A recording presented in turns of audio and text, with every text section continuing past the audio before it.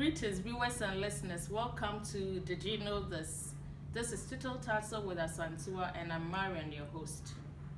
Did you know that electric or electronic equipment which the user has no use for can be considered as e-waste?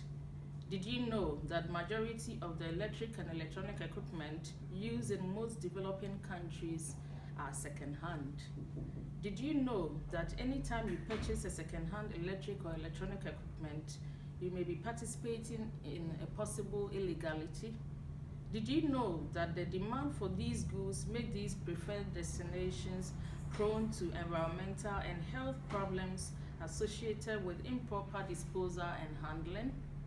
Today's episode gives an overview on global e-waste movement, trade, destinations and regulations, as well as possible consequences of improper handling. Today's conversation is entitled, "Is Africa a Preferred Destination for Global E-Waste Trade?" and it's with you and I. Stay tuned. Welcome back, viewers and listeners. If you are new here, don't forget to subscribe, like, and share, and also join the conversation by putting your comments in the comment section.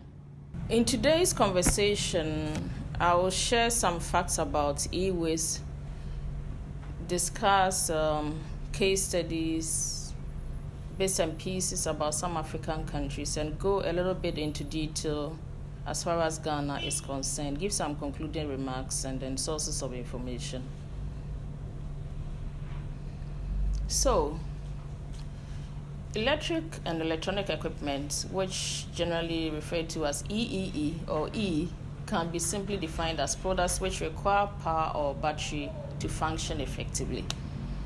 Therefore, an equipment is classified as e-waste or waste electric and electronic equipment, short form being WE, when the owner discards the whole product or waste parts without any intention of reuse. And you can see from these pictures, cell phones, parts of the computer parts, refrigerator parts, air conditioner parts, and so on and so forth.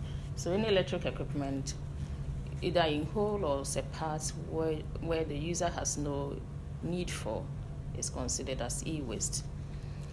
And the first known use of the term e-waste was in the year 2004.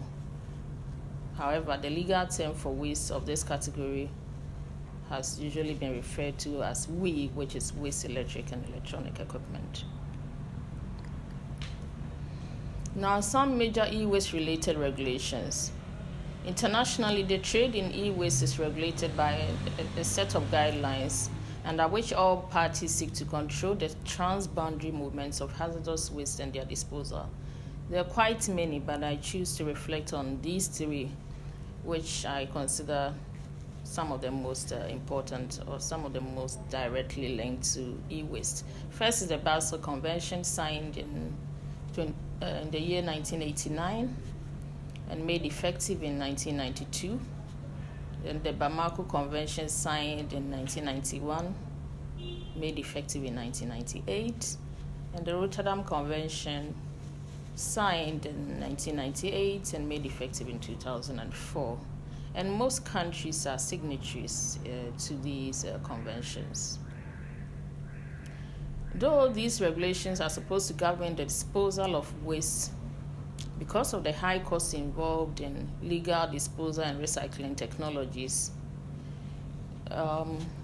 corporate entities and individuals use unlawful routes to dispose of their waste in most cases.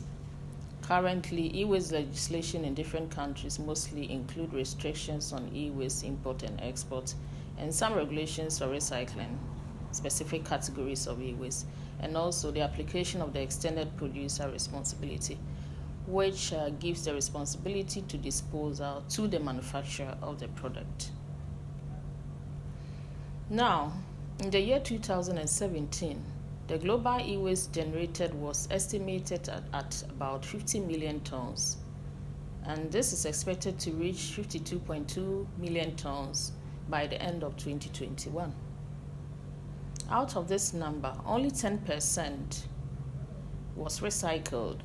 60 to 90% were exported to Africa and Asia, with Ghana, Nigeria, Ivory Coast, and the Democratic Republic of Congo topping the list for Africa at the time. E-waste movement to developing countries usually follow informal routes. They are presented sometimes as second-hand or scrap, and also through illegal trade of e-waste. And this business is said to contribute about $12 billion every year. Though e-waste contains highly toxic substances that are harmful to human health and the environment, many of the products also contain components that can be repaired, reused, and sometimes recoverable precious metals like gold, platinum, silver, copper, and others, which are of economic value. Due to technology evolution, there's an increase in the use of e-gadgets globally, with a corresponding increase in demand for second-hand appliances, and this boosts the trade in least developing countries. The movement of e-waste to least developed countries is a growing trend with no end in sight due to ready market and the lack of regulations or enforcement in most cases. There's also a general preference for second-hand versions of high-end brands which appear more durable than cheap imitations of the same brands which are presented as brand new in developing countries. The e-waste industry is a vibrant part of the informal sector in most developing countries, and the practice thrives due to the improved livelihood it offers patrons and service providers. Now let's look at some facts about e-waste trade in Africa.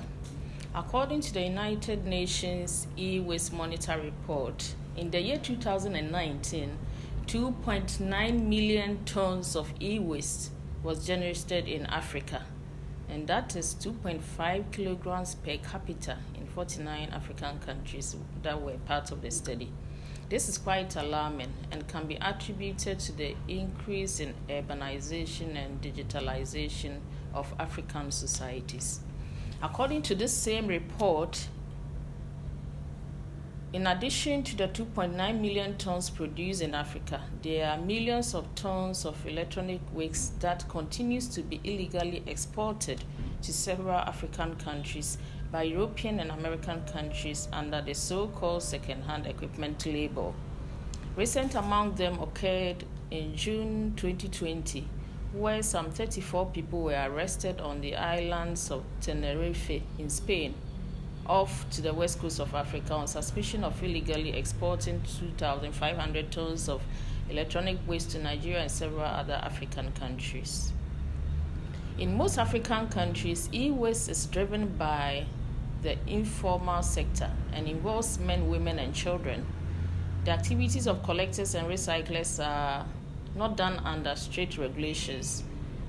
Most unregulated dealers in e-waste are unskilled and therefore work under conditions which expose them to health issues and also pollute the environment. There exists a number of recycling businesses who comply with environmental and health standards at high cost, which renders the informal scrap activities more lucrative and attractive. These are some pictures of typical activities of informal e-waste yards. There is sorting, scavenging, burning, open burning, in most cases without protection, in some cases with minimal protection, the use of personal protective equipment.